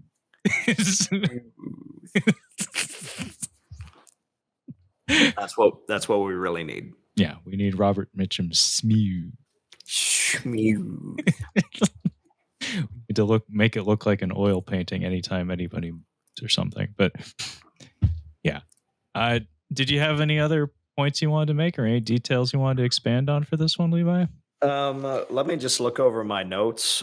Just like I got my notes here. I got my notes. I got my notes here. If there's anything specific, yeah, I mean, there's a bunch of different changes from the book. I mean, I'll probably cover that in my video. Again, generally, it's darker. The book is darker. Van Horn is a lot bigger of a bastard. Like, on the road out to on the road from where they are to when they are captured, from that first initial gunfight out to when they're captured by the military, Van Horn essentially lays out, he's like, yeah, I've murdered people. Yeah, like I've done horrible things and I've robbed a bunch of banks and I've been a very, very bad man. And I use this to essentially get by. And just he's kind of portrayed much more hard, which kind of makes the redemption at the end. Van Horn actually dies in the book. Oh, really? So Emmett is the only one left alive. So when Van Horn goes to De La Plata's castle, when he goes to the fort, he knows he's dead. And it kind of, the fact that he is such a hard man, the fact that he is such a like bona fide bastard, that sacrifice is accentuated because he does feel like a changed man. And it's like, in some ways, I don't like it either. In some ways it works, in some ways it doesn't. I think that there are some details, like Emmett's background is expanded upon a little bit more with that detail of he assassinated his brother. And that's like one of the last things that Van Horn says to him. He's just like, Emmett, first of all, like you got to live beyond this. And second of all, I don't think heaven holds it against you. And it's like, so there are some elements that I feel like are stronger in the book, but overall, I just think the movie has a much better handle on it. It's a lot less dour, and the book generally leaves everyone off. Van Horn dies a martyr, and he dies a changed man. Jennings' death really doesn't give him anything. He's killed in that initial gunfight in the bell tower. Oh, really? Yeah, he doesn't get his big redemptive moment. He just dies. Oh. And Emmett ends essentially, they make a point throughout the book that he's always ready, he's always on guard, and he always is like very, very tight. And he ends the book just as tight. He ends the book having killed De La Plata in like a final showdown. Um, and it's like immediately afterwards he reloads his weapon. He can never be in a point where he's out of bullets. He still can't relax. See, what you're describing is all the stuff that we were citing as examples of, like, kind of the norm for this type of genre picture, Yeah. and I don't like it. Like It's dour is the word that came to mind the whole time you were citing the more the darker aspects of the book's it character. Like, I don't like it. I like the tone of this movie. it manages to rob it manages to rob these men of the light that it feels like they deserve. It So it makes explicit too details that I don't need. Like You Van don't Horn, necessarily you can need. infer Van Horn has done bad things. He's killed people based on the fact that he carries a fucking Tommy gun, but like very casually at that. But Yeah. I don't need I don't need that spelled out to me. Yeah. I get that. I know that that's an element of his character, but it's not something he just walks around sharing with people. No, I mean, and it's just like there's all of these. It's one of the reasons why, which is really counter, because it's like some books like First Blood. Yeah. First Yeah. Blood is a different book from the movie. I think Mm. both are valid interpretations, and I think both of them have their strengths. Um, And I think like we can point to all the different adaptations of Dracula and Frankenstein, and we can look at some of these different books that have had different translations that you're like, I do like this, but I also like this. Mm. Wrath of God is the rare occasion where I'm like, no, I legitimately prefer the movie. Like I prefer the movie 100% because it gives depth and it gives a redemptive light to these men.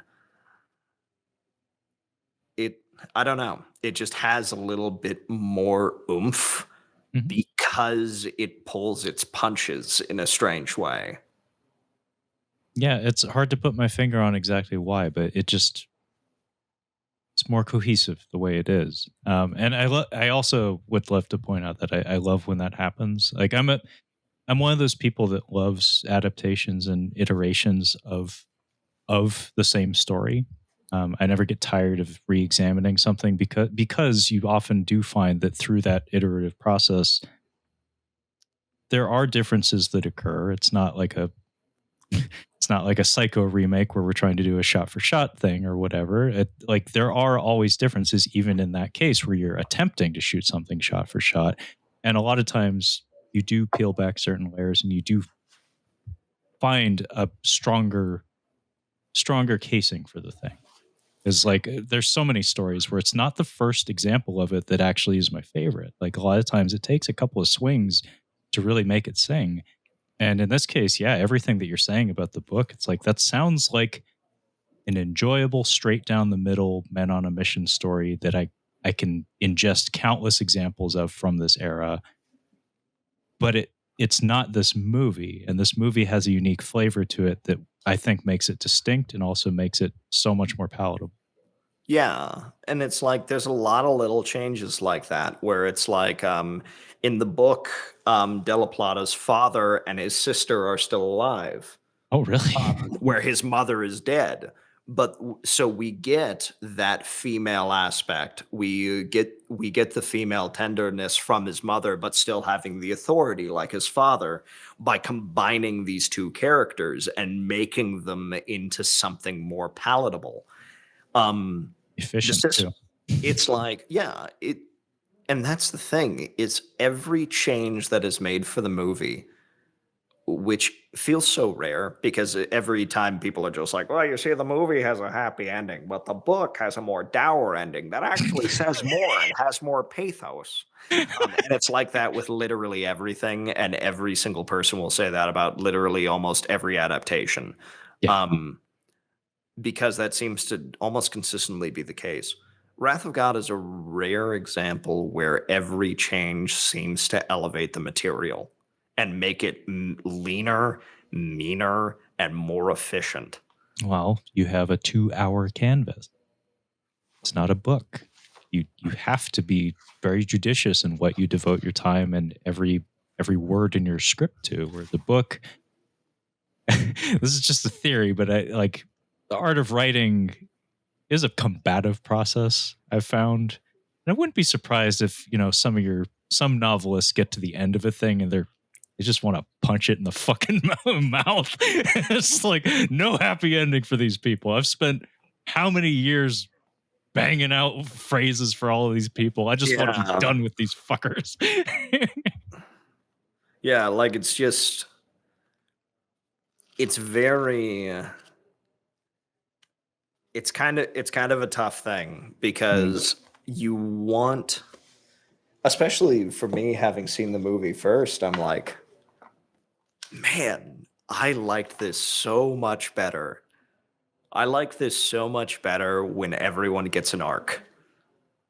And it feels like Van Horn gets an arc, but because it's told from Emmett's perspective, it's a first person narrative from Emmett's perspective. His arc is held at arm's length, Mm. where he is seen as the better man who lays down his life as an example of what Emmett can become. But ultimately, Emmett is almost doomed to stay the same. Even in winning, he is still a broken man. And I don't like that. I do No, not care for that. no, I don't want to close the book on that story and be like, well, that guy's fucked. Yeah, It's exactly. It's no, like yeah, it's the movie flows so much better. But anyway, what yeah, were you it's gonna read like the there? final line is, I sat down, spilled the handful of cartridges beside me slowly and with great difficulty because of my wounded shoulder, started to reload. It's like, Yeah, that's a guy locked in hypervigilance. That's not a that happy is man. yeah, that is a man stuck. Yeah, yeah, And Emmett and Van Horn and the village and everyone at the end of this book, and to an extent, I would like to think somewhere Jennings is free. They are free and redeemed. And there is something to that. especially in a decade as cynical as the '70s. Yeah. Kind of known for being a nasty time period for narrative on film. Yeah. It's, I just think it's well worth your time. Yeah. I think if the audience, hopefully, if you have a love of action movies, if you have a love of good character drama, if you love westerns, if you want to see Frank Langella and his crazy eyes, um, give it a watch. He Have has a fun. Kagemusha, by the way. He has a body double, and it's amazing. Yes, he does. And And it's he awesome. he giggles like a fucking he giggles. Like it's such a cool character moment where it's like this guy is a different level of villain. This let's talk about that scene actually. Before I was ready to wrap up. Um, Mitchum goes into the castle, giving himself up. The hostages run free. They take Emmett's wife again, and they drag her back in, and because Della Plata's a bastard. Della Plata is standing there in silhouette with the sun over his shoulder, so you can't quite see his face. Um, and ostensibly, Van Horn has come unarmed, and he's carrying the Bible and his cross. And they knock the Bible out of his hand, and a small like automatic drops out, and they're like, we've disarmed him. Mitchum then flicks the cross, to which a blade comes out of it, and he throws it at Della Plata, impaling him, and he goes over the railing and hits the ground. But then Della Plata starts laughing and comes out on the balcony again, revealing it as a body double. It's incredible. It feels straight out of a Roger Moore James Bond movie. It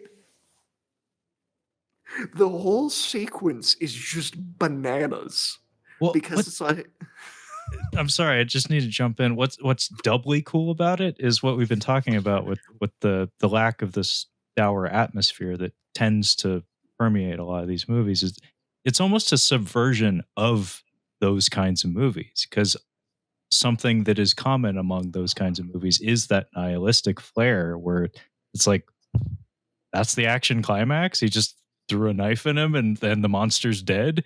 And that's like, surprise, bitch. It's like, no, he had a body double. Yeah. And we're gonna give you the action climax that we could have denied you, honestly. Yeah. In a different movie, we could have just said, no, we're not doing that. Well, and what gets me about that is the first time I saw it, I was like, wow, that's kind of crazy that he had a knife in the cross and then like he threw it at him, and you're like, okay, well that's cool. That's kind of like That's a fun. finishing move. Like That's a one fun does not like get up from that. oh Yeah, like, oh. like that's a fun thing, and then you hear the laughter. You're like, I mean, at that point, you just gotta give the guy props. It's like, man, you think yeah, ahead. yeah, Jeez. yeah. I'm sorry. You think you can go kill Dracula that easily? Like, I mean, he should have just said that in the movie. Like, Yeah. one does Dude, not simply kill Dracula with a cross like that. Are you fucking kidding well, me? Mitchum needed to kill him with a bigger cross. Yeah, that seems like a move from the Mitchum manual, where it's like, oh, the gun didn't work, better get a bigger gun. It's like, cross didn't work, cross knife didn't work, better get a bigger cross. So This movie is so much fun. It clearly, is so much fun. yeah, clearly, I like we spent a lot of time discussing the themes and the deeper elements of it, which I think are absolutely wonderful. At base, this is just a really fun movie. it is. No, I Yeah, really enjoyed this one, and I'm about wrapped up, but I would like to toss a couple of quotes out there, just please do. because I got my notes here. So I didn't mention it because I didn't remember it until I checked just now. But before Robert Mitchum whips out his Tommy gun and shoots up that way station, uh, he tells them, "I have credentials." He pulls out a Tommy gun. It's a great line before you shoot up a room in a priest's frock or whatever. Absolutely. And then I think he says, not too long after that, "Why in the hell can't I learn to mind my own business?" And there's several instances of it's actually a running gag in the film where he repeatedly says "God damn" to many, many things. At one Mhm. point, in the presence of Rita Hayworth, who sincerely believes him to be man of the cloth and stuff. And Emmett's like, dude, you got to put a lid on that. Like, people are going to figure you out. It's pretty great. Yeah. And trying to check. There was one other really, really good one that I wanted to make sure to get on here. Oh, it's actually a sincere line. It's not funny, but Emmett, when he's discovering that, like, as much as he's trying to turn the girl away, he just can't. He just cares too much. He tells her, "I wish a lot of lovely things, but they're not meant to be. Not for me, not for you, not for this world." And that feels like a line from like Sorcerer or from the Wild Bunch or something, where it feels like this is the line in that kind of movie where all of our heroes are about to bite the dust at the end in the final reel of this film. But Yeah. to our surprise, they don't go. Um, It's interesting because there is that change. Is that arguably that is the beginning idea. And what we managed to change it to is Van Horn's line. Ever since we were put in front of that firing squad, we've been on borrowed time. yeah, It's like it is that turn from the world is tragic and we can't live beyond it to the world is tragic, but we've been given a second chance. yes, and that brings me to something that I was trying to remember as we've been talking. I meant to say it minutes ago. In regards to the change from the book, I think it makes it so much more meaningful and poignant the fact that Van Horn goes to De La Plata's compound expecting to die and doesn't. Like he's the guy he's the one guy out of that group that selflessly goes there by himself. Like Emmett is he's detained. Like his lady tied him up and says, "You can't go. I don't want you to go." And he goes anyway out of loyalty and righteousness. Jennings, as Levi had pointed out, has a moment where he could have taken off in that car, but he decides, you know what, let's go with the fun option in his mind or whatever. And he kind of saves the day in his own way. But Van Horn's the one who walks in there expecting to die. And the fact that he doesn't, I think, makes his arc that much more complete. Whereas in the book, you say he dies, correct? Yeah. Yeah, I think it's so much more meaningful that the guy who is just expecting that to be the end of his road, the end of his story. It's like, oh shit, I lived. Now what do I get to do with that? It's like church bells are ringing, village is saved, the monster is dead. Hey, let's keep on living and see where it takes us. Yeah, he is given a new lease on life, Yeah. and they have been given a remarkable gift. And do they go back and get the money from the colonel? I don't know. Maybe. Probably not. It doesn't Do matter. they? It probably doesn't matter It doesn't because matter. because they have a purpose now. Yeah. And they have a life and they have something real, which is a hell of a lot more than I can say for most guys in this type of story, in this type of genre. Yeah. Most like you had said about the Suicide Squad style movies, a lot of the characters in these kind of stories are kind of positioned in the narrative, kind of structured in such a way that they're meant to be expendable. That they're not meant to make it out of the story, but in its own special way, this one crafts a very similar story that subverts a lot of expectations and presents a much more positive outcome for a lot of these characters. It's kind of remarkable in a way that doesn't feel like it should be, but it is. Just because it's really hard to think of examples of other movies that do it in this way. It manages to tell a honest, like, and I said this earlier, that it's like this is a story of good and evil, but it's a story of good and evil wrapped in a setup that is all about gray. Every other movie paints in shades of gray. It's all about the gray. It's all of like we're all different shades of shit. Um, where this movie manages to Trojan horse in, draws you in with they're all bastards, but then reveals that it's like, no, there is good and evil. And ultimately, when the chips are down, these are bad men who save their own souls. And it's a type of old school story wrapped in a new school package. And it's very unique in that way. Yeah, I'm really glad you had me watch this one because obviously hard to come by. Wouldn't have found its way onto my radar, but glad you found it and I'm glad you shared it. Yeah. And we'll continue to share it apparently. Yeah. You gonna exhibit your 16 millimeter anywhere? I'm certainly gonna try. I mean, it's one of those like it's hard to kind of draw an audience on a movie that nobody has heard of. Well, that's the appeal. But yeah, I would love. You've never seen this. You'll never seen believe what anything happens like in real this. too. But it's yeah. I mean, I'd love to exhibit it. I'm of course going to show it off in the upcoming video. Yeah.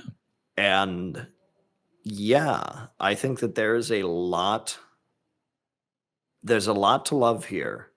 And I think everyone in the audience owes it to themselves to enjoy it. That they should. Like definitely check it out. Highly recommend. I enjoy it quite a lot. I'm about wrapped on it though. So this has been Wrath of God. By the way, extra kudos to Ralph Nilsson because I could be wrong, but I think he got a writing credit in the credits of this one. I think he did, yeah.